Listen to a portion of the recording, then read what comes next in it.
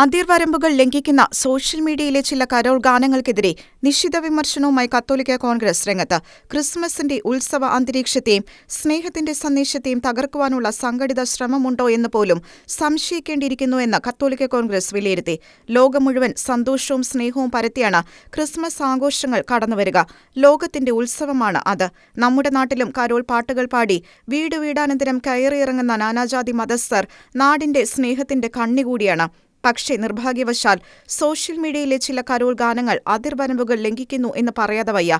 Christmas ഗാനങ്ങളും cinema ഗാനങ്ങളും മാറ്റി ക്രിസ്തു ബ്രോയെ വൈബാക്കാൻ വേണ്ടി റീൽസിലൂടെയും ബാൻഡിലൂടെയും ശ്രമിക്കുന്ന ചില ടീമുകളുടെ ഉദ്ദേശശുദ്ധി അത്ര നല്ലതെന്ന് കരുതുന്നില്ല. ന്യൂജൻ സ്റ്റൈൽ എന്ന് പേര് പറഞ്ഞ് ക്രിസ്തുവിനെ അപമാനിക്കുന്ന തരത്തിലുള്ള വരികളും പ്രയോഗങ്ങളും മറ്റു മതദൈവങ്ങളെ നിന്ദിക്കുന്ന തരത്തിലുള്ള വരികളുമൊക്കെയായി മസാല പരുവത്തിലുള്ള ധാരാളം പാട്ടുകൾ കരോൾ ഗാനം എന്ന പേരിൽ സോഷ്യൽ മീഡിയയിൽ പ്രചരിപ്പിക്കുന്നവരുടെ എണ്ണം കൂടിവരുന്നു.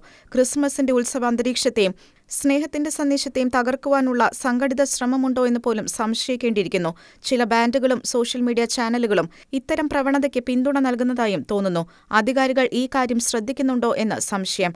നാനാജാതി മതസ്ഥർ ഒന്നുചേർന്ന് കൊണ്ടാടുന്ന ക്രിസ്മസ് ദിനങ്ങളെ വിശ്വാസങ്ങളെ അപമാനിക്കാനുള്ള വേദിയായും മതസ്പർദ്ധയ്ക്കായുള്ള അവസരങ്ങളായും ഉപയോഗിക്കുന്നവർക്കെതിരെ പൊതുസമൂഹം ജാഗ്രത പുലർത്തണം. ഒപ്പം സർക്കാരും. പ്രിയ ബ്രോസ്, വൈറലാകാൻ വേണ്ടി എന്തു തോന്നിയവാസവും കാണിക്കാമെന്ന് നിങ്ങൾ കരുതുന്നുണ്ടെങ്കിൽ നിങ്ങളെ നശീകരണ വൈറസായി കാണേണ്ടി വരുമെന്ന ഓർമ്മപ്പെടുത്തലോടെയാണ് കത്തോലിക്കാ കോൺഗ്രസിന്റെ പ്രസ്താവന അവസാനിക്കുന്നത്. Church desk, Shekinah news.